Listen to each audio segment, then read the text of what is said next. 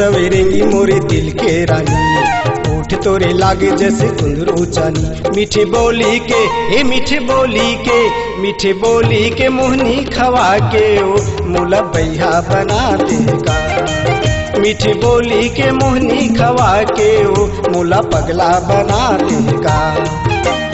करिया संवरिया मोर मन के राजा, बैठे हम कुंवारी बारात लेके आजा। मीठी बोली के मीठी बोली के, मीठी बोली के जादू चला के गाँव मोला बही बना देना। मीठी बोली के जादू चला के गाँव मोला बही बना देना।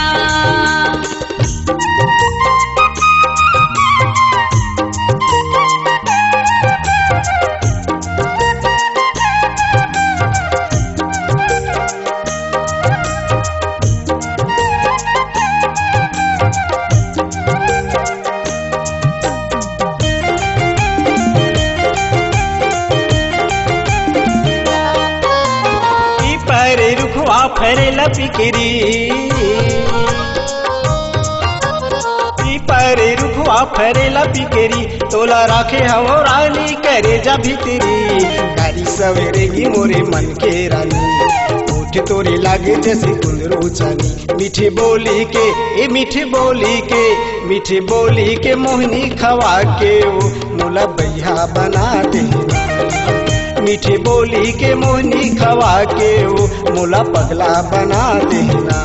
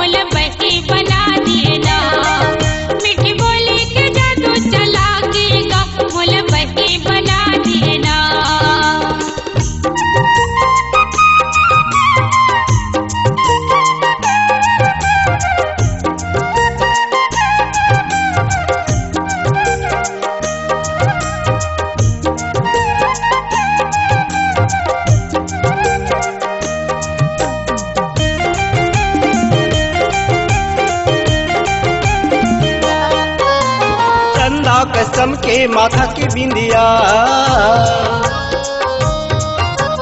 चंदा कसम के माथा की बिंदिया, तोरे सुधे लागे रानी नहीं आवे निंदिया। गाड़ी सवेरेंगी मोरे दिल के रानी, ओठ तोरे लागे जैसे कुंदरू चानी। मीठी बोली के मीठी बोली के, मीठी बोली के मोहनी खवा के ओ मोला पगला बना देना। मीठी बोली के मोहनी खवा के ओ मोला बैहा बना देना।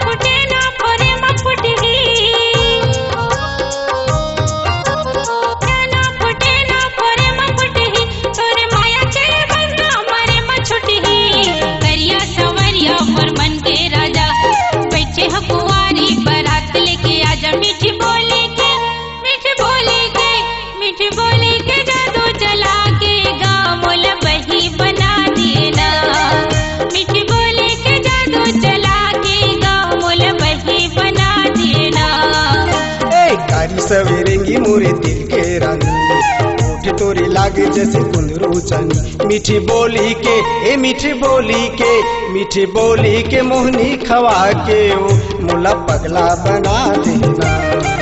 मीठी बोली के मोहनी खवा के ओ मोला बैहा बना देना।